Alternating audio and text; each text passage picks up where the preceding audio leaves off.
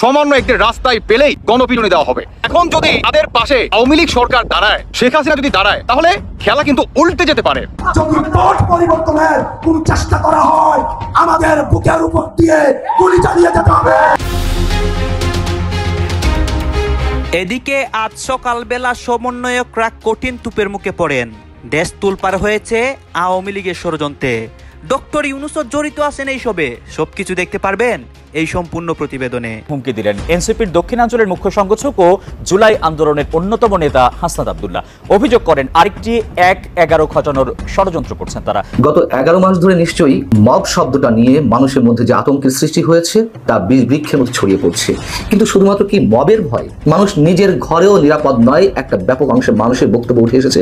রাজনীতির চলমান অনিশ্চয়তার মধ্যে আবারও হাসনাত, শারজিস, নাহিদরা রাজনীতির মোড় ঘুরিয়ে দিচ্ছেন, রাজনীতির হিসাব নিয়ে পাল্টে দিচ্ছেন। বাংলাদেশের রাজনীতিতে আমরা কালো মেঘ দেখতে পাচ্ছি, আবার সেই অনিশ্চয়তা। আজকে বাংলাদেশের আজকের এই রাজনৈতিক প্রেক্ষাপটে বাস্তবতায় আপনারা যা করছেন, এর রিটার্ন কি আপনারা নিতে পারবেন? এর রিটার্ন নেওয়ার মতো কি আপনাদের সক্ষমতা আছে?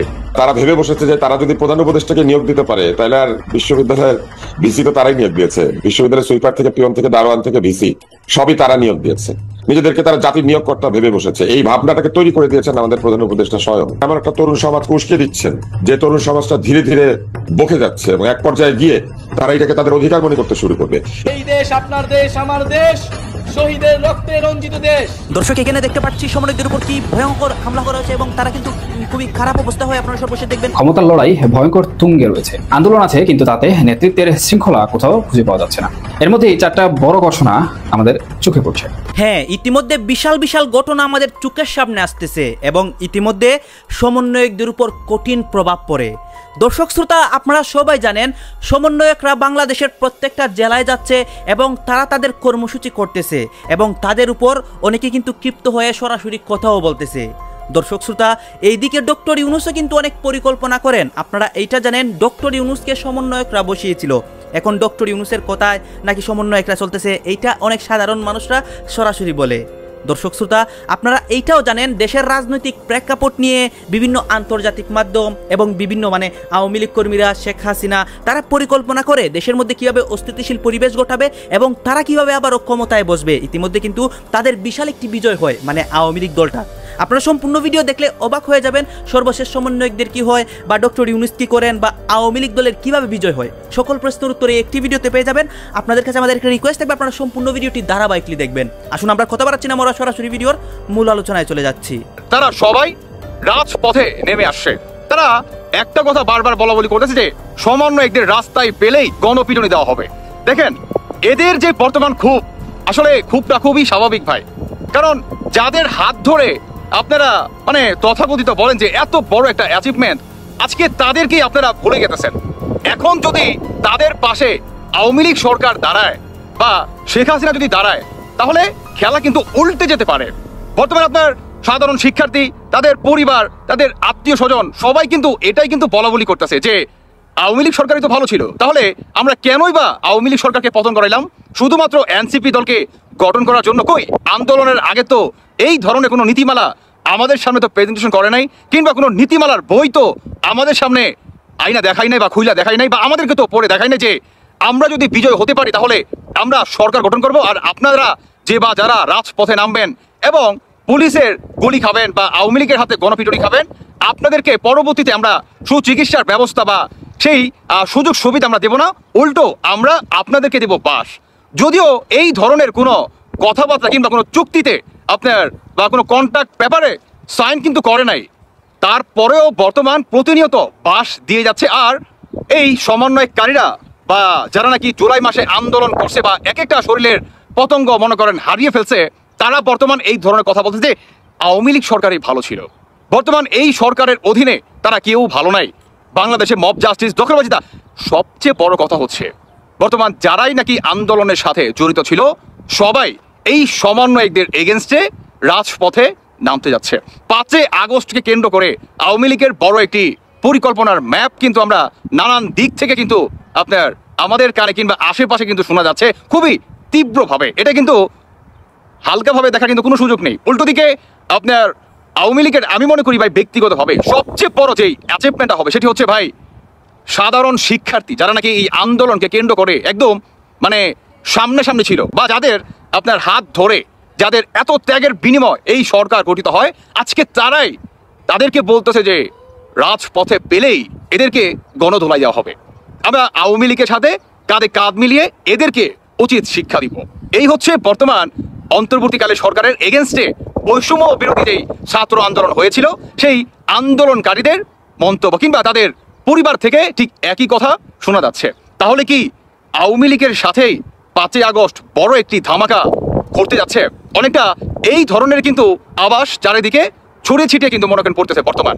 দর্শক বন্ধুরা, যাই হোক, কিন্তু আপনারা কিন্তু কোনোভাবে এটা কিন্তু এড়িয়ে পারেন না যে এনসিপি দল ছাত্রদের কিংবা সাধারণ শিক্ষার্থীদের রক্তের বিনিময়ে এই সরকার গঠিত করছে। এটা শুধুমাত্র তাদের ব্যক্তিগত এবং তাদের ব্যাংক ব্যালেন্স বৃদ্ধি করার জন্যই।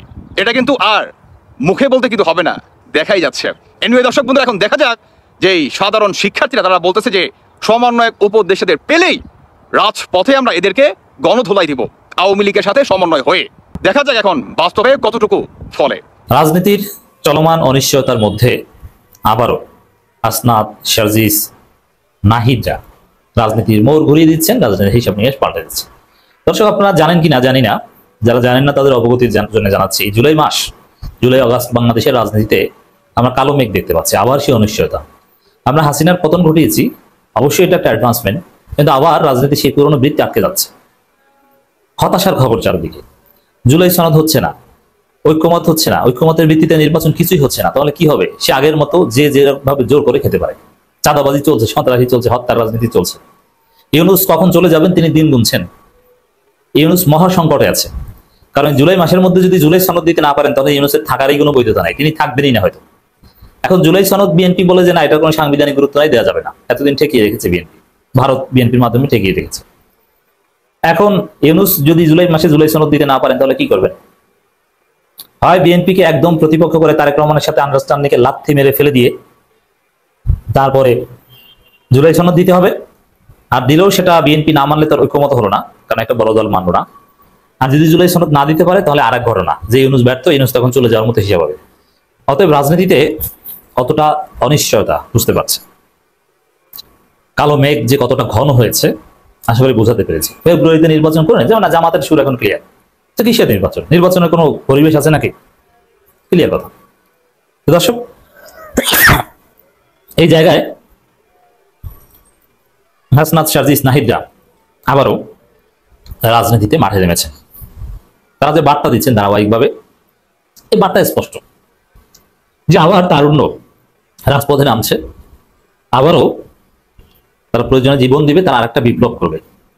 তাদের বার্তা স্পষ্ট যে ঐক্যমত্য কমিশন আলাপ আলোচনার মাধ্যমে কোনো সমাধান হচ্ছে না, নির্বাচনের মাধ্যমে দেশে কোনো পিসফুল ট্রানজিশন হচ্ছে না, এটা অনেক দূরের বিষয়। আপাতত এই সংবিধান লাথি দিয়ে ফেলে দিতে হবে, চুপ্পুকে সরাতে হবে, যেটা 3 আগস্ট আপনারা দেখবেন কি ঘটে। 3, 4, 5 আগস্টের মধ্যেই চুপ্পুর জয় বাংলা। সেনাবাহিনী সংস্কারের প্রশ্ন আসবে, এই সংবিধান বাংলাদেশে থাকবে না। জুলাই সনদ মাঠে ছাত্র জনতা বাস্তবায়ন করবে, ঘোষণা দিবে। এর মানে ওটার উপর ভিত্তি করে বিপ্লব হবে, সেই বিপ্লবের উপর ভিত্তি করে জুলাই সনদের উপর ভিত্তি করে নতুন কোন সরকার শপথ নেবে, এটাও হতে পারে। যেমন 3 তারিখ ছাত্র জনতা যে জুলাই সনদ ঘোষণা করবে, ওইটার উপর ভিত্তি করেই হবে আগামী দিনের রাজনীতি। জামাত চরমনাই এটা মেনে নিবে, এবং ইউনূসকে ওই জুলাই সনদের ভিত্তিতে হয় শপথ নিতে হবে, চুপ্পুকে লাথি মেরে নতুন ভাবে। অতএব বাংলাদেশে অঘটন করতে যাচ্ছে, এত সোজা না। এবং এই অঘটনের নেতৃত্বে, অঘটন বলতে এটা ইটস পজিটিভ অঘটন, বিপ্লব মানে অঘটন, নেতৃত্বে হাসমাত্রা সাদিক কায়েমদেরই দিতে হবে। রাজনৈতিক দলগুলো মেনে নিবে, লোক সাপ্লাই দিবে, জামাত চরমনাই। বিএনপি তো এখানে পরাজিত শক্তি হবে। গত বছর পরাজিত করেছি আমরা আওয়ামী লীগকে, এবছর পরাজিত করবো বিএনপিকে, পরাজয়টা হবে বিএনপি। অতএব এখানে সরকার হয়তোবা গুলি করবে না, কিন্তু আমাদের এই রেগুলেশনে, বিপ্লবে বিএনপি হামলা করবে। আর বিএনপির কাছে অবৈধ অস্ত্র আছে, আর তারা হত্যা রাজনীতিতে মেতে উঠেছে। এই জন্যে হাসনাত, নাহিদরা জানে, এদের বার্তা থেকেও স্পষ্ট যে না, বড় কোনো কিছু ঘটতে যাচ্ছে, রাজনীতিতে এদেরকে কি রোল প্লে করতে হবে। এই জন্য হাসনাত, শারজিস, নাহিদরা দেশব্যাপী ঘুরছেন, তারা পদযাত্রা করছেন, মানুষকে সংগঠিত করছেন। হ্যাঁ, ইটস গুড, কিন্তু ওদের নেতৃত্বে যে বিপ্লব হবে সেখানে লোক সমাগমের কোনো অভাব হয় না। জামাত লোক দিবে, চরমনাই লোক দিবে। তো দর্শক, স্পষ্ট বার্তা নাহিদ ইসলামের, গণহত্যার বিচার ও সংস্কারের পরই নির্বাচন। এর মানে এই যে নির্বাচন, ফেব্রুয়ারিতে, ওটা ভুয়া, ওটা কিছু না, ওটা হবে না।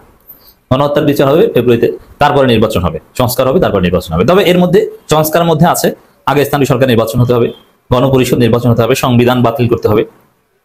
এই সংবিধান ওরা মানে না, স্পষ্ট বলেছে। তো ওরা যে সংবিধান মানে না, সেই সংবিধান নির্বাচন মানবে? এই সংবিধান জামাতও মানে না, চরমনাইও মানে না। এটা ভারতের সংবিধান, হাসিনার সংবিধান, মুজিববাদের সংবিধান। এই সংবিধান মানে শুধু বিএনপি, ইউনূস সরকারও মানে না, আলী রিয়াজও মানে না। তাহলে আপনি কি মনে করেন সংবিধানকে লাথি মেরে ফেলে দিতে হবে? এটা কি ছোটখাটো কিছু? আর বিএনপি যেহেতু ভারতের দালালি করছে, আর ভারত বলে দিয়েছে না আমাদের এই সংবিধান রক্ষা করতে হবে, এই সংবিধান না থাকলে ইন্ডিয়ান হেজিমনি বাংলাদেশ আর ফিরে আসবে না। অতএব বিএনপি মরণপণ এই বালের সংবিধান রক্ষার চেষ্টা করবে। জাতীয় নাগরিক পার্টির আহ্বায়ক নাহিদ ইসলাম বলেছেন, যারা গণহত্যা করেছে আমরা তাদের বিচার করব। এ বাংলার মাটিতে শেখ হাসিনা সহ আওয়ামী লীগ ও যেসব পুলিশরা গুলি চালিয়ে আমাদের ভাইদের মেরেছে, আমরা তার বিচার নিশ্চিত করব। বিচার ও সংস্কার পরে নির্বাচন। তারা বলছে বিচার দেরি হবে, কিন্তু বিচার শুরু করতে হবে, বিচার দৃশ্যমান হতে হবে, এবং যে সরকারই আসুক না কেন এই বিচার কেউ হাত দিতে পারবে না। এখন এই বিচার কেউ হাত দিতে পারবে না, এই বিষয়গুলো নিশ্চিত করতে হলে জুলাই সনদ সংবিধানে যোগ করা লাগবে। নতুন সংবিধান করে সেখানে জুলাই সনদ ইনক্লুড করতে হবে, জুলাইয়ের উপর ভিত্তি করে সংবিধান রচনা করতে হবে। এই জন্য অনেক পথ পাড়ি দিতে হবে। তারা ভেবে বসেছে যে তারা যদি প্রধান উপদেষ্টাকে নিয়োগ দিতে পারে, তাহলে আর বিশ্ববিদ্যালয়ের ভিসি তো তারাই নিয়োগ দিয়েছে। বিশ্ববিদ্যালয়ের সুইপার থেকে পিয়ন থেকে দারোয়ান থেকে ভিসি সবই তারা নিয়োগ দিয়েছে। নিজেদেরকে তারা জাতির নিয়োগকর্তা ভেবে বসেছে। এই ভাবনাটাকে তৈরি করে দিয়েছেন আমাদের প্রধান উপদেষ্টা স্বয়ং। চিন্তা করছেন, বরং তারা এমন একটা সমাজ এবং এমন একটা তরুণ সমাজ উস্কে দিচ্ছেন, যে তরুণ সমাজটা ধীরে ধীরে বকে যাচ্ছে, এবং এক পর্যায়ে গিয়ে তারা এটাকে তাদের অধিকার মনে করতে শুরু করবে। এবং আমি একটা ছোট্ট সাবধান বাণী উচ্চারণ করি, এখন তো গেটের সামনে দাঁড়াচ্ছে বিভিন্ন লোকের আওয়ামী লীগ অজুহাতে, কিন্তু একটা সময় আসবে যখন আপনি দেখবেন যে গ্রামীণ ফোনের বাইরে, গ্রামীণ ব্যাংকের বাইরে এরা চাঁদা দাবি করে এরকম মত করছে। অর্থাৎ আমাদেরকে অত্যন্ত সুকৌশলে একজনের আরেকজনের বিরুদ্ধে দাঁড় করিয়ে দেওয়ার যে প্রক্রিয়া, সেটা শুরু করে দেওয়া হয়েছে। জামিনপ্রাপ্ত আসামিকে আবার জেলখানায় ঢুকিয়েছে। আমরা একটা কথা বলতে চাই যে পরিবর্তিত অবস্থায়ও বর্তমান অন্তর্বর্তী সরকারের সময় নিয়োগ বাণিজ্য, ঘুষ বাণিজ্য, তদবির বাণিজ্য যেগুলো চলছে, সেই বিষয়ের যখন বিতর্ক চলছে, তার মধ্যে দিয়ে আমরা দেখলাম যে ঢাকা শিশু হসপিটালে ৬৫ জন চিকিৎসককে কোন ধরনের নিয়ম নীতি তোয়াক্কা না করে নিয়োগ দেওয়া হলো। আব্দুল তুষার, আমরা অন্য প্রসঙ্গে আসবো, তার আগে এটি একটু আপনার কাছে জানতে চাই, আপনি একজন চিকিৎসক হিসাবে এবং নিঃসন্দেহ সমাজে একজন সচেতন ব্যক্তি হিসেবে, রাজনৈতিক বিশ্লেষক হিসেবে আপনি কিভাবে দেখছেন বিষয়টি?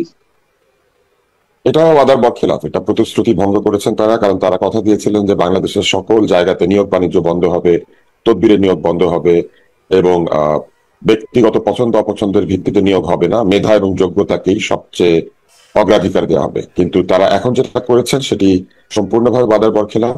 তারা কোনো কারণ না দেখিয়ে তারা বলেছেন যে তারা টেম্পোরারি নিয়োগ দিয়েছেন, এটা আপাতত একটি মেয়াদের জন্য। কিন্তু এই কথাগুলি হচ্ছে অতীত অভিজ্ঞতা থেকে আমরা জানি ভাওতাবাজি। এই যাদেরকে অ্যাডহক ভিত্তিতে নিয়োগ দেওয়া হলো, পরে এদেরকেই দেখা যাবে নিয়মিতকরণ প্রক্রিয়ার মাধ্যমে চাকরি দিয়ে দেওয়া হবে। এর আগে এটা হয়েছে আওয়ামী লীগের আমলে এবং অন্যান্য রাজনৈতিক সরকারের আমলে। আওয়ামী লীগের আমলে স্বাধীনতা চিকিৎসক পরিষদের যিনি সাধারণ সম্পাদক ছিলেন, তিনি এরকম অ্যাডহক ভিত্তিতে সোহরাওয়ার্দী হাসপাতালে চাকরি পেয়েছিলেন। মজার ব্যাপার হচ্ছে তার ব্যাচে সবার আগে তিনি প্রফেসর হয়েছিলেন। বিসিএস দেওয়া ডাক্তাররা হতে পারে নাই, সরাসরি নিয়োগপ্রাপ্ত ডাক্তাররা হতে পারে নাই, অ্যাডহক ভিত্তিতে কোনো পরীক্ষায় কৃতকার্য হতে পারেন নাই যিনি, তিনি কোনো চাকরির পরীক্ষায় কৃতকার্য হতে পারেন না যিনি, তিনি অ্যাডহক ভিত্তিতে নিয়োগ নিয়ে পরে তিনি সবার আগে প্রফেসর হয়েছেন। তো এই সব প্রক্রিয়া আমরা অতীতে দেখেছি। তাই যে কাজটা শিশু হাসপাতালে করা হয়েছে এটি মূলত একটা ভাতাবাজি। এইখানে তারা বলেছেন যে যারা অনারারি করতো, যারা তারা ঘেরাও করছেন মামলাহীন লোকজনকে গ্রেপ্তার করার জন্য, তারা মানুষের বাড়ির তলে গিয়ে তাকে বের করে আনার চেষ্টা করছেন, কারো কারো বাড়িতে ঢুকে পড়ে তার জুতা জামা, তার ব্যবহার্য কাপড় চোপড়, ওই বাড়িতে মালিক নাই, কেউ নাই, সেগুলি হাতে করে নিয়ে বেরিয়ে যাচ্ছেন, লুটপাট করছেন। এইগুলিকে জায়েজ করার জন্য তারা মব প্রতিপালন করছেন। মব যদি এতই ভালো লাগে, তারা নিজেদের আশেপাশে নিরাপত্তা বাহিনী না রেখে মব নিয়ে ঘুরুক, মব তাদেরকে পাহারা দিক। মব তো খুব ভালো, তাই না? এক একজনের সোমালিয়া ট্রাইবাল লর্ডের মতো আচরণ করতে শুরু করেছেন, এবং তারা এমন একটা অবস্থা তৈরি করেছেন যে তারা এমন ভাব দেখাচ্ছেন। একজন বলেছেন যে বাংলাদেশে তো পুলিশ ছিল না কিছুদিন, তখন কি আইন শৃঙ্খলা রেখেছিল? বাংলাদেশে ঠিক আছে পুলিশ সেনাবাহিনী সব ব্যারাকে পাঠিয়ে দেন, বাংলাদেশে সবকিছু ব্যারাকে পাঠিয়ে দিয়ে আবার সেইভাবে দেখি চালান বাংলাদেশ। এইগুলো কি কোনো যৌক্তিক কথাবার্তা? এইসব অযৌক্তিক কথাবার্তাকে তারা আবার তাদের গায়ের জোরে এবং তাদের এই মবের জোরে তারা এক ধরনের জায়েজ করার চেষ্টা করছেন।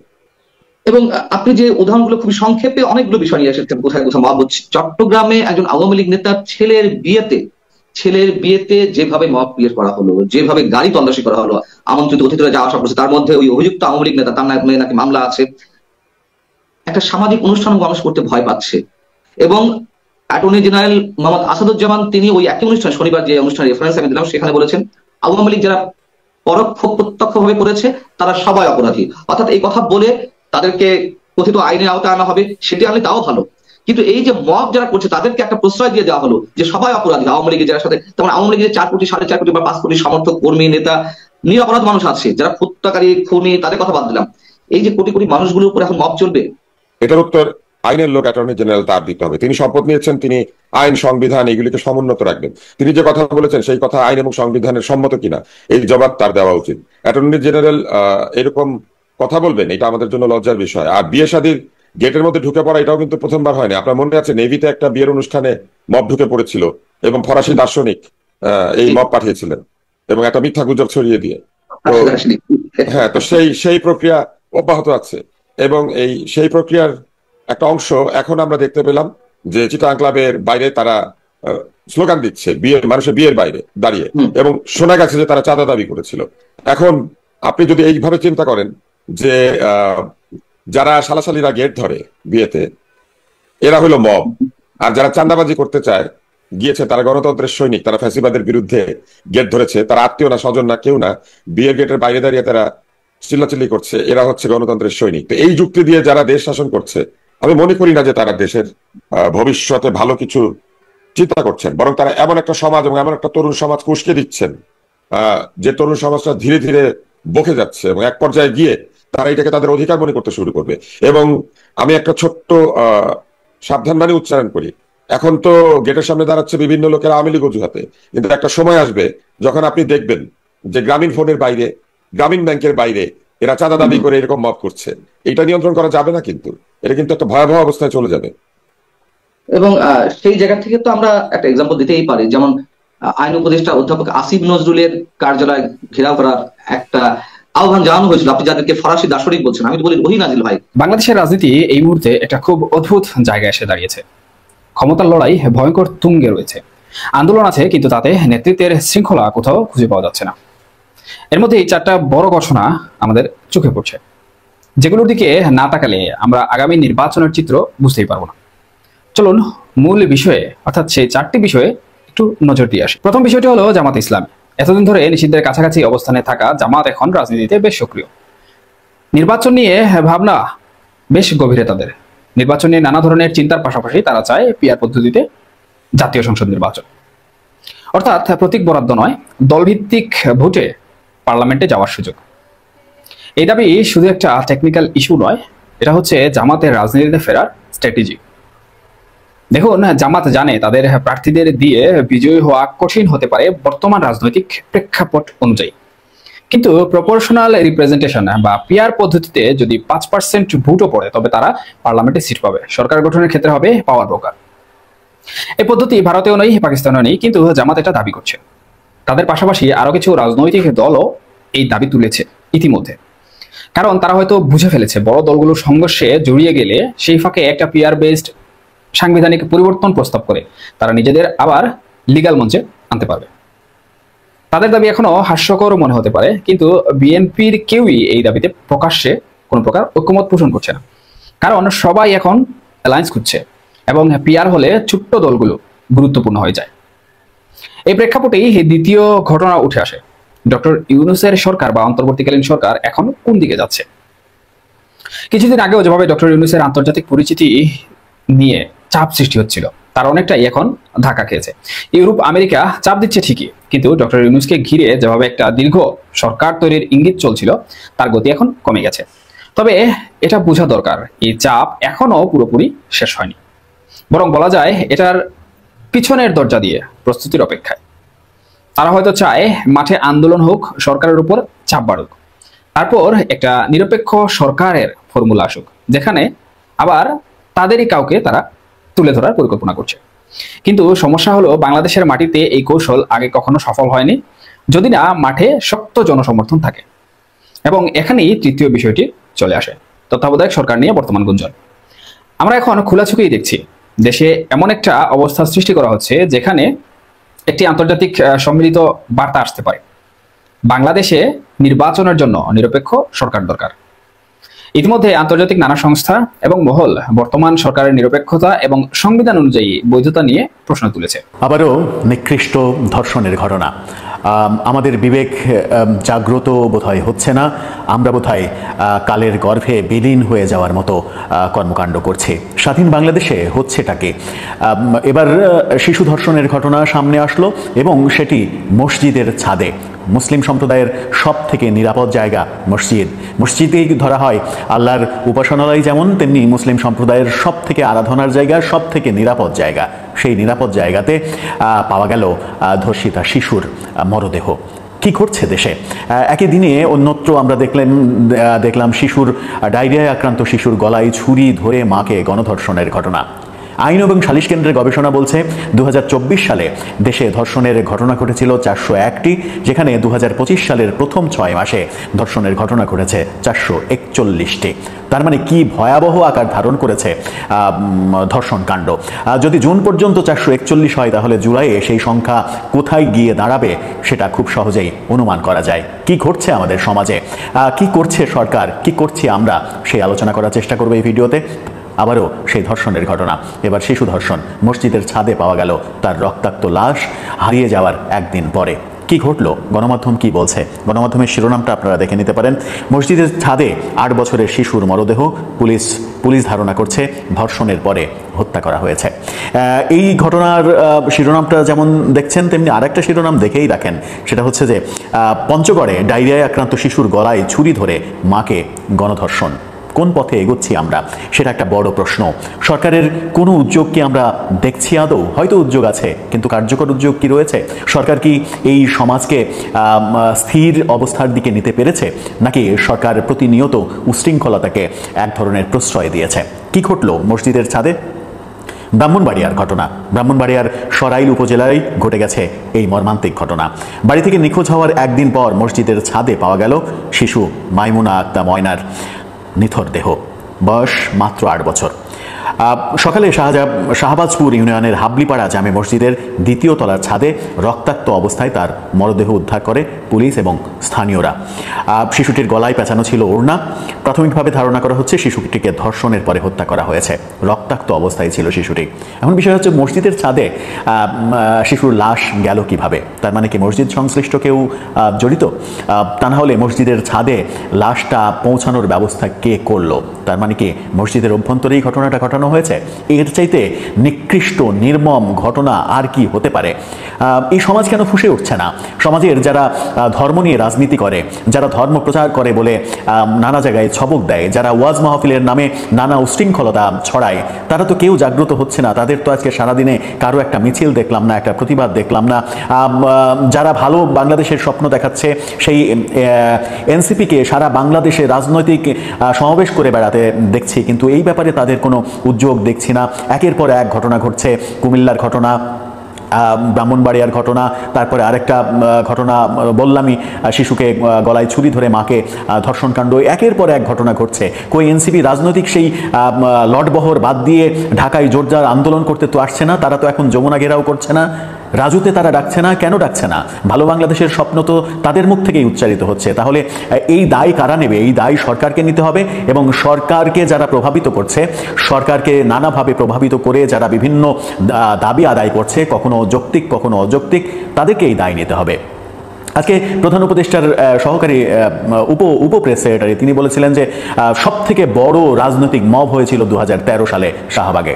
অর্থাৎ এই সব উদাহরণ দিয়ে মবটাকে জাস্টিফাই করার এবং এই সমাজের উশৃঙ্খলতাকে জাস্টিফাই করার চেষ্টা আমরা প্রতিনিয়ত সরকারের পক্ষ থেকে দেখছি। নিহত ময়না উপজেলার শাহবাজপুরের চান্দুমিয়া পাড়ার বাসিন্দা। দর্শক, আপনারা তো দেখলেন এখানে কি কথা হচ্ছে। অনেকে কিন্তু অনেক কথা বলতেছে, অনেকে আলোচনা করতেছে, অনেকে সমালোচনা করতেছে দেশের বিভিন্ন অবস্থা এবং পরিস্থিতি নিয়ে সবাই সবার মন্তব্য প্রকাশ করতেছে এবং তাদের মন্তব্যগুলো দেখে আমরা অনেক কিছু বুঝতে পারি দেশের মধ্যে কি হচ্ছে এবং দেশের পরিস্থিতি ঠিক কোন দিকে যাচ্ছে। দর্শক শ্রোতা, এখানে কিন্তু বিশেষ করে সমন্বয়কদের বিভিন্ন ইস্যু এবং সমন্বয়কদের বিভিন্ন অবস্থা নিয়ে কথা হয়, আরও অনেক বিষয় নিয়ে কথা হয়। গাইজ, এই বিষয়গুলোর সাথে আপনারা একমত পোষণ করেন নাকি দ্বিমত পোষণ করেন, এইটা আপনারা অবশ্যই কমেন্ট বক্সে লিখে যাবেন। আর হ্যাঁ, তখন আপনাদেরকে আমরা যা কিছু দেখিয়েছি সব কিছু আমরা সোশ্যাল মিডিয়া থেকে সংগ্রহ করেছি। এখানে আমাদের নিজস্ব কোনো মন্তব্য নেই বা নিজস্ব কোনো সিদ্ধান্ত নেই। সর্বশেষ আপনাদের কাছে আমাদের একটা রিকোয়েস্ট থাকবে, আপনারা আমাদের চ্যানেলে নতুন দর্শক হয়ে থাকলে চ্যানেলটি সাবস্ক্রাইব করবেন এবং পাশে থাকা বেল বাটনটি বাজাবেন, যাতে করে নেক্সট ভিডিওটা সবার আগে আপনাদের কাছে পৌঁছায়। ধন্যবাদ।